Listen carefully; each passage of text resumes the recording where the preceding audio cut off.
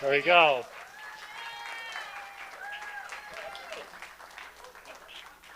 All right. Hello. Welcome to Whale Fest. So happy to be here. I bet a lot of you are wondering where Peggy Stapp is, our executive director. She's usually who gives the talk about whale disentanglement. But she was like, hey, why don't you do it this year? And I'm like, oh, okay, let's do it. But I'm super excited. I really love talking about what we do. And we are celebrating, Marine Life Studies is celebrating 20 years this year. So pretty excited about that. And let's just go with it. So this is just a little video about what kind of programs we do. Of course, we do we have our whale entanglement team, also known as WET. I don't. This just has some music, but we do research on the Monterey submarine or Monterey Bay National Marine Sanctuary. We have the 40-foot Albin, and we operate under a endangered species permit.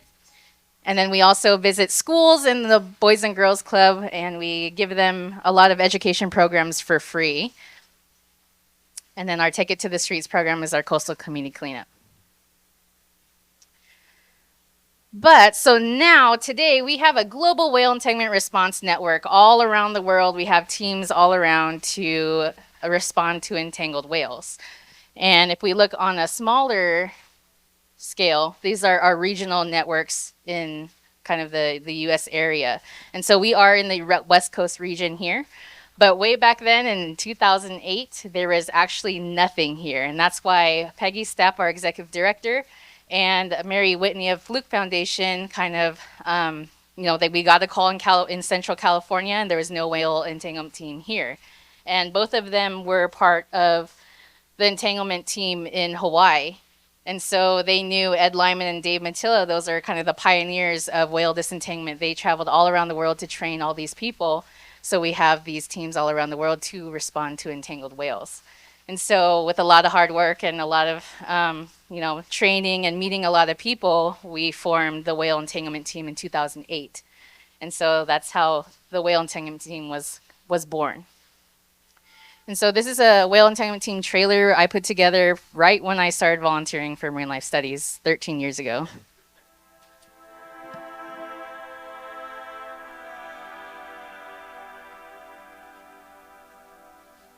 Reports of entangled whales have significantly increased off the coast of California. As you can see, they are pretty devastating.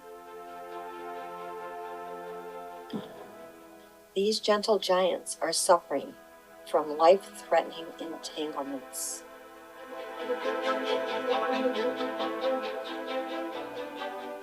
These entanglements can lead to a slow and painful death, as seen in these photos with the line wrapped around the tail area and the line through its mouth near its eye as the whale gazes at us.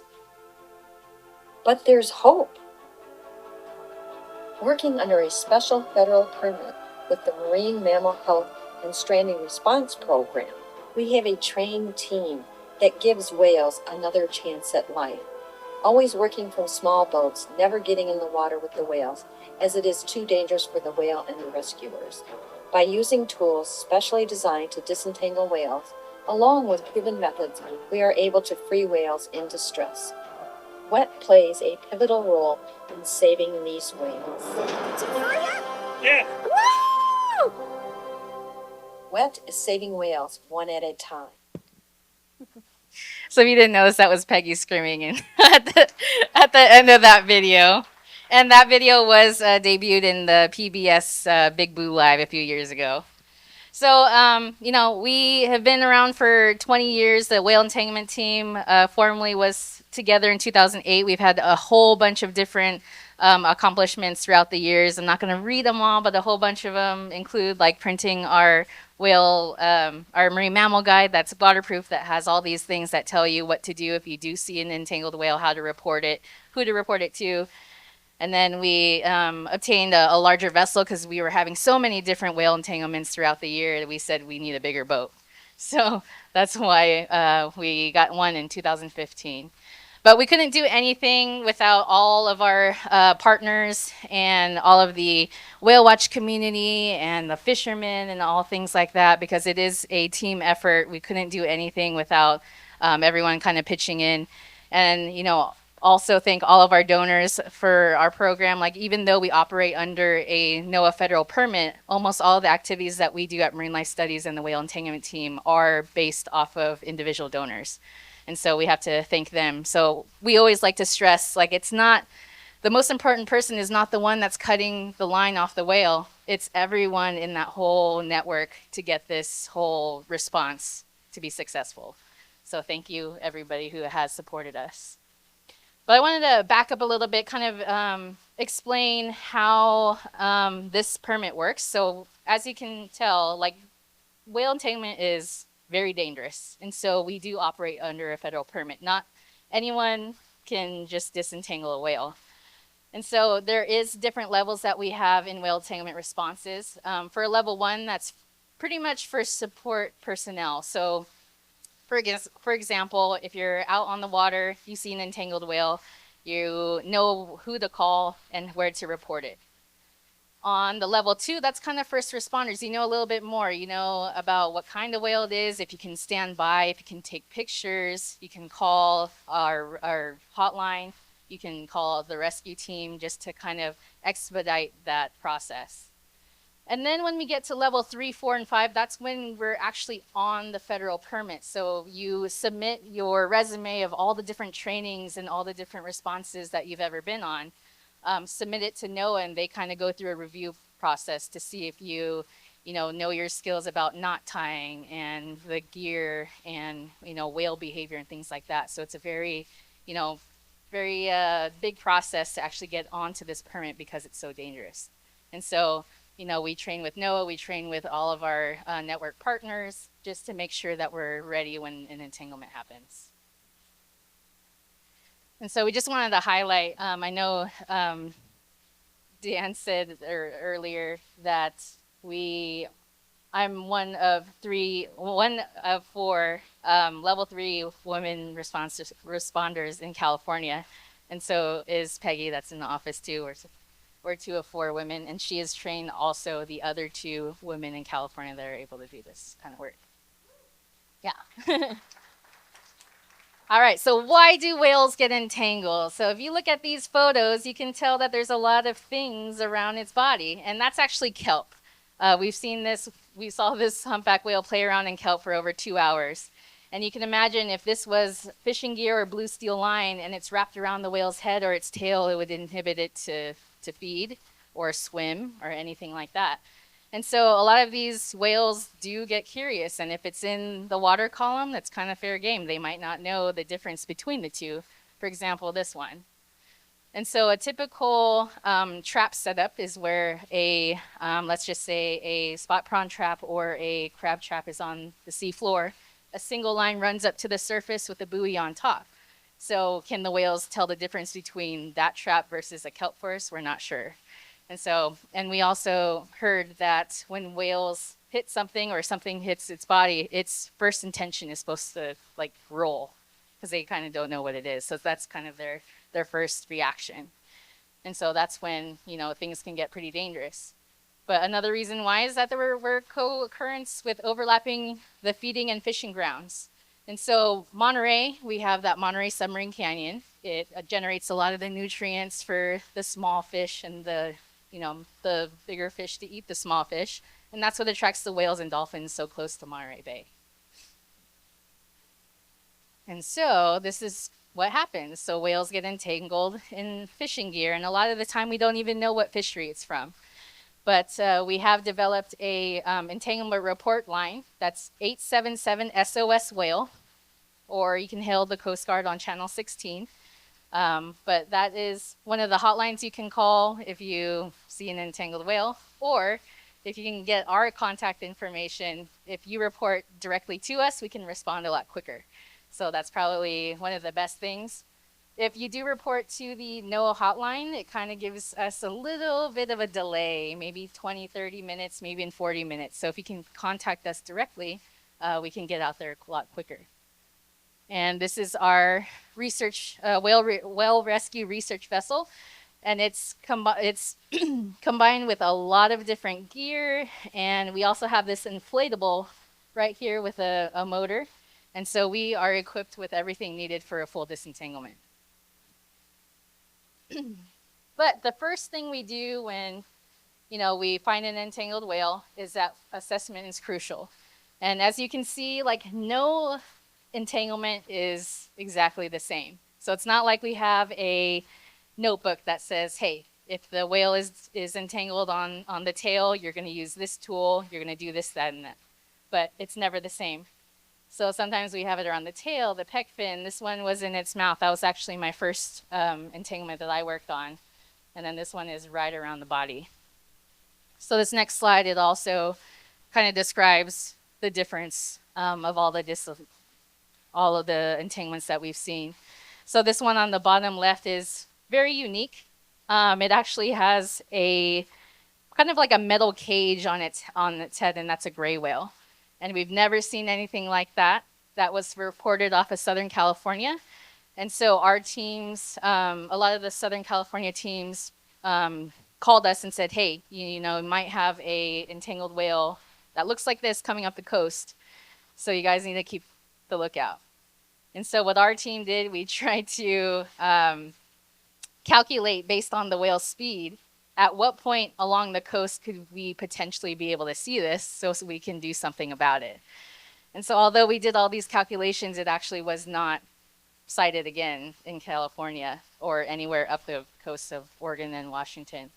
And so we think, we did some research, and we think that's a part of an oyster cage holder that's usually suspended or on the sea floor, and it might have come from Mexico. And a lot of the entanglements that we actually encounter in Monterey Bay here are not even from California. So you can imagine how far these whales have been carrying this gear. But assessment is the most crucial, and that's because sometimes this happens. So imagine that you're on a boat, you see this entangled whale, you're like, okay, there's only one line on there, that's all. We have to just get a team out there, cut that line, and that whale will be free. And surprisingly, that's what's happening above the surface. This is what's actually happening. And so if we cut that line and all this gear was weighted somehow and kind of took it all back when we cut it, it could have cut that pec fin off. And so what's very important is for us to be able to get topside footage, get underwater footage. We have long poles. We never get in the water with the whale. We also, use these 20 to 30 foot long poles, put a underwater camera on it, and that's the same pole that we use for cutting as well. So we never get so close to the whale. All right, so I want to go through a case study that we actually had last year. This is probably the one that I had the most participation in and most leadership that I've done before. And so this whale, his name was Check. And we know the nickname that gave it to him is because there's a series of check marks right there. And so thanks to Happy Whale, we were able to submit these flukes or this picture of its tail to Happy Whale, and actually tells us what ID number, so CRC 15327, and it gives you a map of every place that it's been sighted. And all this program is based on of citizen science. So anybody that goes on a whale watch, or you have any pictures of these underside of the flukes of a whale, you can go on this website, submit it, and see if it matched any of their system. And then you'll be able to kind of read about all the history of this whale. So this humpback was first reported by Blue Ocean Whale Watch. So that company called us directly and said, hey, we have an entangled whale. Can you guys come out here? And for the first 1 or 2 days, it was reported very late in the day. And so our team we weren't able to respond.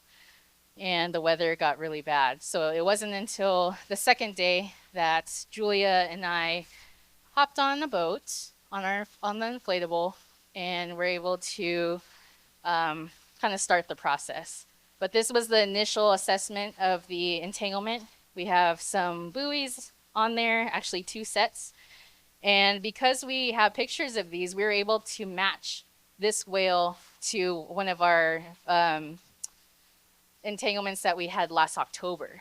And so this whale actually only had one set of buoys. So from October to March of last year, it got another set on. So although, you know, these whales are entangled, they can get entangled in even more in just a short time. And so one of the kind of first things we do if we know that we can't get the all the job done in one day, we use a telemetry buoy, which is a satellite buoy that gives us the position of the whale if we don't position of the whale the next day so we can find it and finish the job. And so what we had to do in this case is throw a grapple, which is a kind of like a metal trident, looks like that. Throw it and try to make it between these two buoys. And so that's when I threw, you know, we're moving in the boat, the whale's moving. At one point, like we were maybe 20, 30 feet away from the whale, I throw the grapple and it goes right in the middle of those two. So very lucky. I would say, I want to say with skill because I'm a bowler and all that kind of stuff, but it's also luck too. But we were lucky to actually get that grapple on so we could respond the next day. And so this is a kind of a cool map that shows us up there, right, kind of right outside of Moss Landing. We attached the telemetry, and overnight that whale went all the way over here, and that was 31 miles away. But during that time, we were calling all of our network partners. We had a level 4 come down from Washington to help us out, and we were able to respond the next day. And so now that we have telemetry, we found the whale, and now we're adding polyballs. And so what that polyballs are these really big Norwegian floats buoys, and that's called kegging, which is pretty similar to Jaws when they put barrels on the shark, right? And you know, a lot of these things that we're doing, these the processes to slow down the whale and tire it out, is very similar to the whaling days. And so what they used to do. So we're attaching these big polyballs to the whale to slow it down and try to put a lot more flotation on it so it doesn't dive and so we can actually work on it. And then these next few videos, it's actually a really cool point of view. I'm wearing a helmet cam, so you're going to be like a POV in the boat. So we'll check that out. So some background of this, though, is that this whale was never alone. It always had companions, other whales that it was feeding with. So you're going to see a lot of rolling, a lot of lots of activity happen up there. Yeah.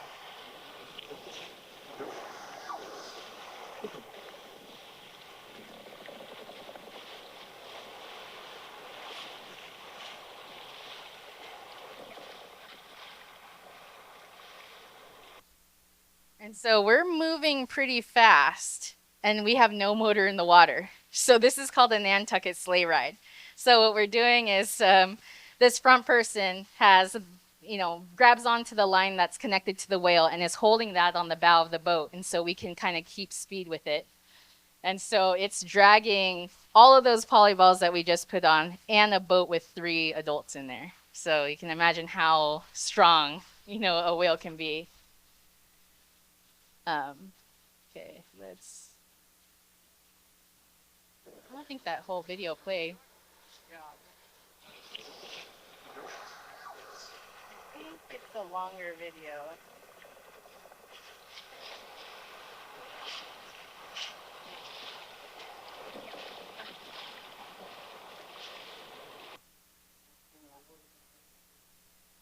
Yeah, so whales can still dive with all those buoys.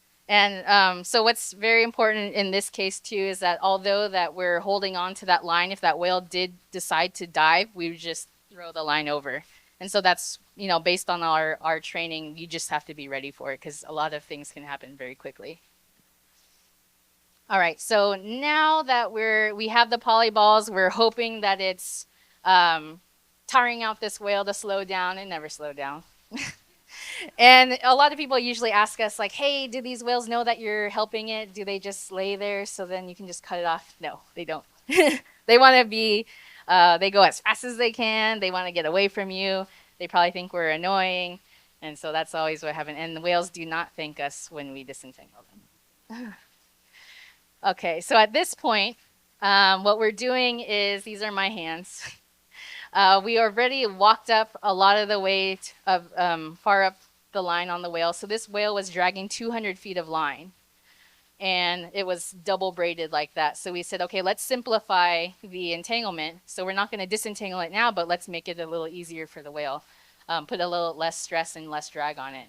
So what you're going to see is I'm going to tie a knot, and we're going to add another buoy, and we're going to cut off 200 feet of, or 400 feet of line. There's that buoy. So let's in both tie a figure 8. Well, just a regular figure 8? Yes. There's a buoy in there. You want more bar line? No, just our buoy. Like that? Yeah. And then clip our buoy. Clip. Yep, we're clipped. And then we can cut off the rest of that and just bring it forward. Just cut anywhere? Make sure it's behind. This is behind. This is behind. Behind. Okay.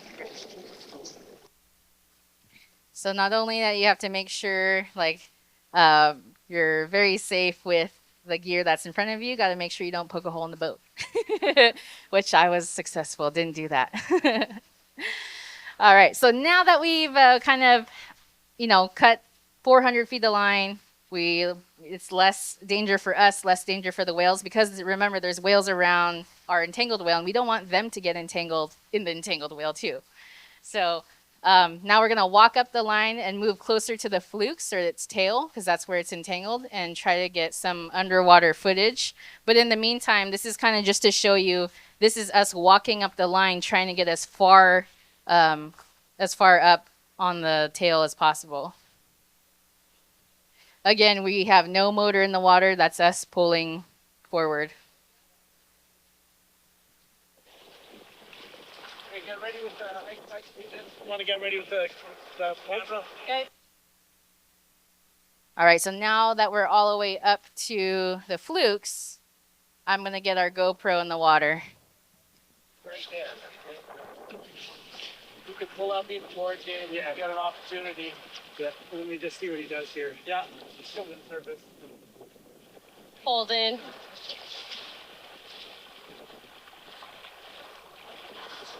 Go for it ahead. Pull ahead if you can. You okay with me here? Ready? Yes. You ready to let go?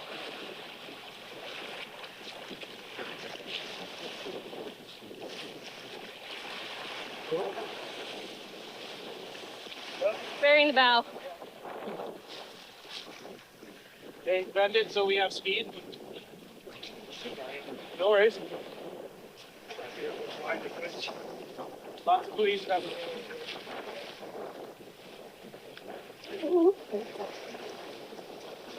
Okay, not back on. All good?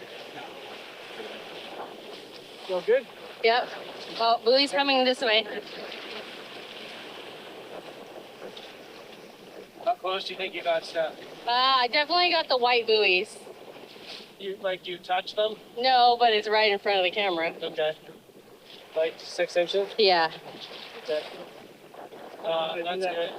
How do we want? Yeah, I think if we get an opportunity, let's do it just to make sure we. Oh, okay. It's just spun around. Let's see what the behavior is here.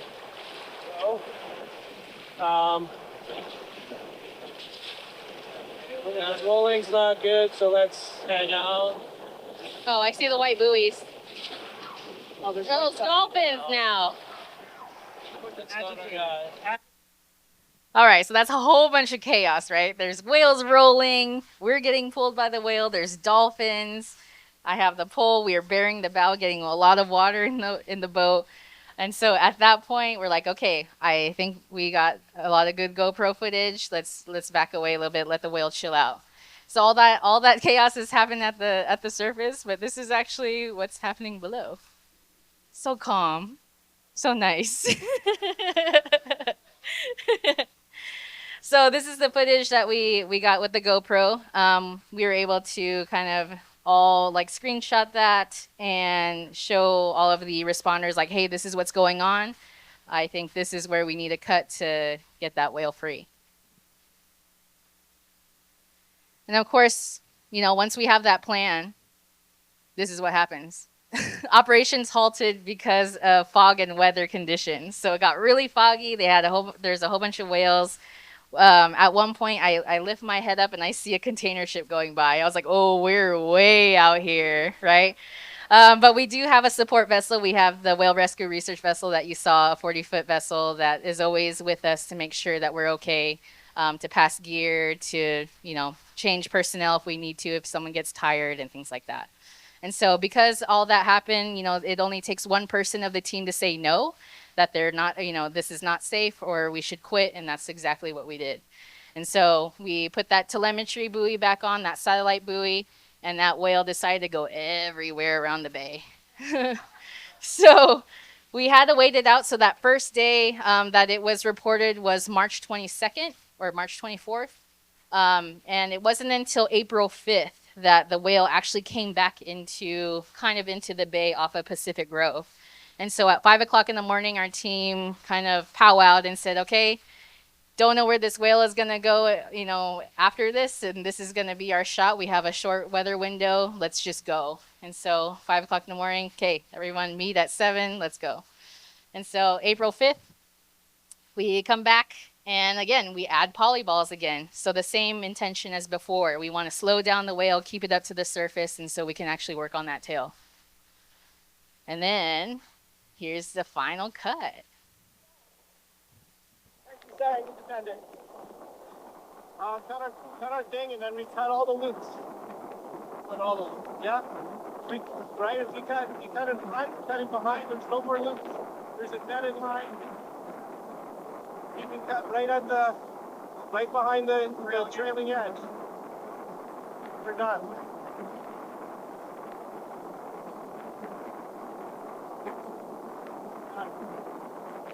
Okay.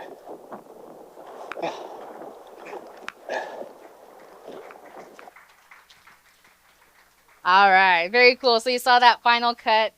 We actually have Jack Barkowski in the audience. He's actually the one who actually cut this whale.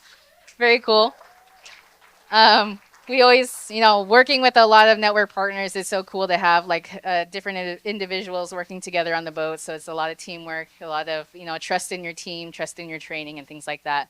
But I don't know if you noticed, but at that point, you only saw one kind of chunk of buoys come out with the line. So what was decided is that we cut all the different loops. And so we were able to make sure we can get as much gear off the whale as possible. And so what was left on the whale was a tiny little line and actually that one set of buoys, because since it was embedded, we didn't want to pull that through and cause more damage to the whale's tail. And that can, kind of expedite infections and things like that. So what the idea is to leave that little piece of embedded line with those buoys, and with the natural, swimming of the whale and the drag in the water, that will slowly kind of pull out on its own, and the whale's body will expel it naturally. And so we were so lucky because Blue Ocean Whale Watch actually resighted this whale 4 days later after we disentangled it, and it was acting like a real whale again with no more lines on it or buoys. So we confirmed that it was gear free.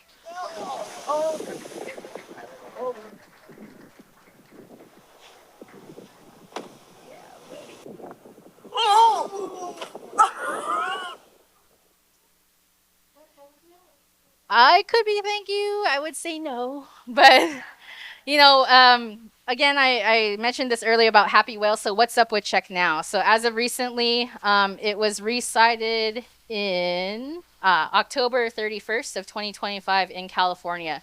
And so we know it's live and well. We can always check back on this ID and see if it made it to Mexico in its breeding grounds, or to see where it's hanging out now. But not a lot of times we get to resight these whales that we've disentangled. So this was definitely a cool success story to see it being live and breaching and doing all that kind of stuff. But we do know that whale disentanglement is a band-aid on the problem. We have to kind of get to the root to actually mitigate this problem. And so there is a lot of work being done. We have this RAMP program that actually works with a lot of the fishermen and researchers and policymakers to actually make the current conventional gear more whale safe. And so what they've done is give recommendations on like shortening this line so there's not a lot of slack in the water, shortening the line between the main buoy and the trailing buoy so whales don't get entangled, so it kind of makes it more whale safe. But we've been instrumental in helping recruit some local fishermen and working with the National Marine Sanctuary Foundation to kind of kickstart a lot of the testing of new innovative pop-up gear and things like that. And so I hope you guys stay for Jeff's talk next. He has a whole panel to talk about the new pop-up gear and things like that. But one of our local fishermen, he just kind of told us that, on May 1st, a lot of the conventional gear has to be pulled out of the water. But if you're using the new pop-up gear for testing, they can leave it until the end of June. So a lot of this cool stuff is happening on the West Coast. They've tested it on the East Coast, and it was proven to be successful. So we're still in the testing phase, but you'll learn about a lot more about that the next talk with Jeff. And then some technology new technology that's been happening. So this telemetry buoy that you might have saw in the videos, that's kind of our initial like OG telemetry, but it used to be, really heavy. It's like 48 pounds, really hard to maneuver around. And then we used to get this blackout stage with the satellites. And so we weren't getting locations of the whale in the middle of the day. And so the Nature Conservancy built this new telemetry called Scout. And so it's a lot easier to see. It's floats. It's a lot lighter. It floats a lot higher on the surface of the water. But we're also very, we help test a lot of that stuff. And so we're happy to see that go on a whale and see if it works good.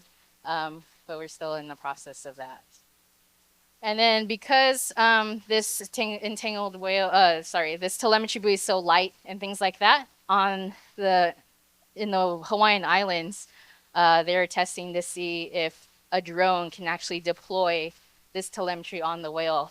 So that will save us a lot of time and a lot of safety for our own rescuers and the whale too, because we're not having to be in a little boat and advance closer to it. And then just some updates for marine life studies. We just recently moved into a larger facility in Moss Landing. We have a benefit gift shop. We have 2 different conference centers. And so we have a small one and a large one. And also we're trying to raise some funds to open a Monterey Bay Whale and Ocean Center where people can come in, learn about whales and dolphins, look at different exhibits that would be hopefully built by students across the peninsula. And so, yeah, if you're ever in Moss Landing, come check us out in Moss Landing. But here's a lot of the different ways that you can help entangled whales.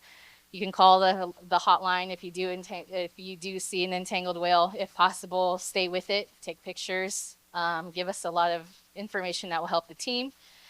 And you can support our team in so many ways, hosting a fundraiser.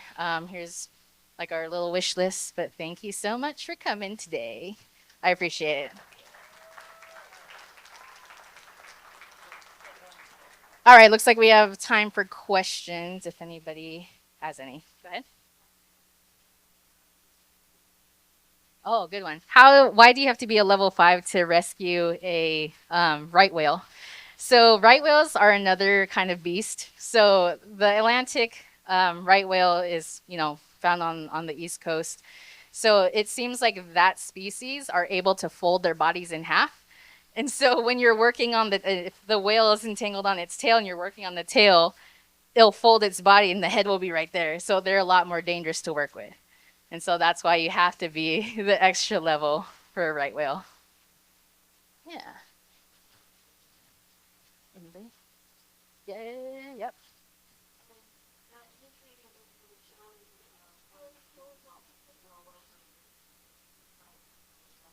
Hmm. Hmm. Yeah. So that was just an anomaly. So there was probably just a bad GPS hit that made it do that. But with the trajectory and how many other points that we had on that map, we knew that the whale was still around. Yeah, one more. One more question. One more question. Go ahead.